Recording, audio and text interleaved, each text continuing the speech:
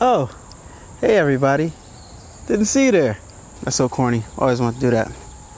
What's up everybody? I am here and today we are going to review the 45-175 Lumix telephoto lens that I promised you. This is one of the lenses that I reviewed in my 5 lens collection. 5 to 6 lenses. I forget how many lenses it was, but we're going to look at the telephoto zoom lens 45-175mm and see how close we can get in on subjects.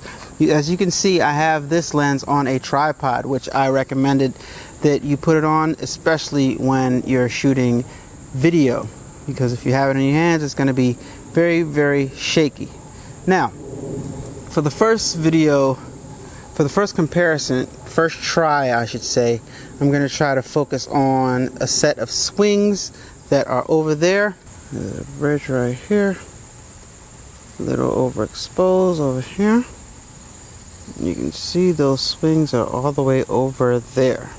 Okay, you can see where we are. We're all the way zoomed out. We're all the way zoomed out on our 45-175mm zoom lens, and we're going to go ahead and try to zoom in on these swings right here and see how close we can get.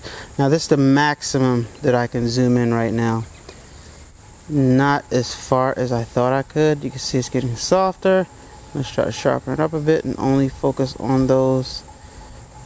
Okay, so obviously this is not giving me the amount of zoom that I want to focus on those swing seats, so we're gonna have to try something a little closer.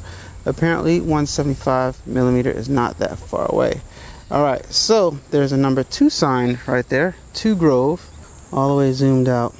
Now let's go all the way in as close as we can, and let's focus on that 2 Grove. Alright, we'll focus on the 2 Grove.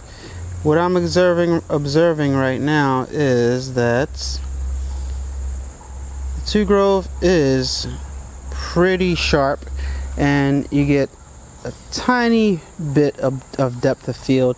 Not that much, but a tiny bit of depth of field. So this is what you're going to be looking at if you purchase this lens. Let's try to focus on something a little bit closer, like the rail, and see just how much depth we can get. The rail right here. Alright, so we're zoomed in all the way on the rail. We're going to rack focus on it. The closer the subject, the more depth you get. See how much depth you get on that right there?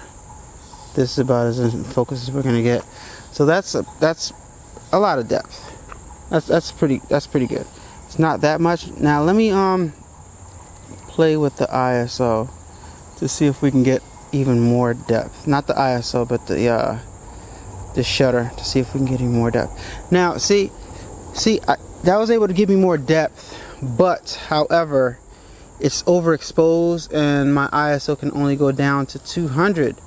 So even though you can raise right now, my aperture, rather, my f-stop is 5.6, and I have an ISO of 200. I can't go down any further, and as you can see, that gave me a little bit more depth.